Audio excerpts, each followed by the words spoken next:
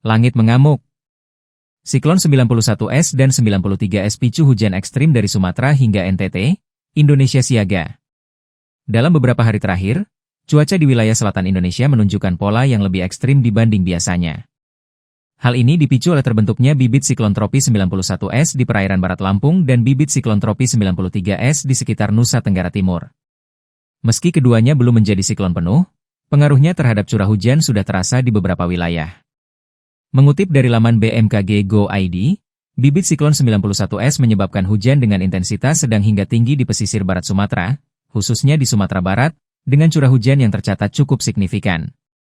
Sementara itu, bibit siklon 93S memicu hujan lebat di Nusa Tenggara Timur. Hujan yang terjadi beberapa hari terakhir juga disertai angin kencang lokal dan potensi genangan di wilayah pesisir.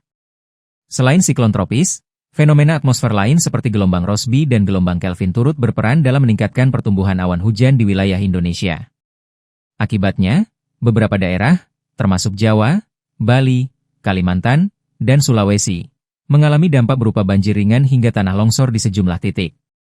Selain bibit siklon tropis, pemanasan laut di beberapa perairan Indonesia bagian barat turut meningkatkan pembentukan awan hujan. Indeks dipole mode, DMI, dan kondisi ENSO yang netral membuat sebagian besar wilayah barat Indonesia lebih berpotensi mengalami curah hujan tinggi. Gelombang atmosfer regional seperti Kelvin dan Rossby juga memperkuat peluang hujan di Sumatera, Jawa, dan Bali. BMKG menghimbau masyarakat untuk selalu memantau perkembangan cuaca melalui saluran resmi, baik situs web, aplikasi mobile, maupun media sosial.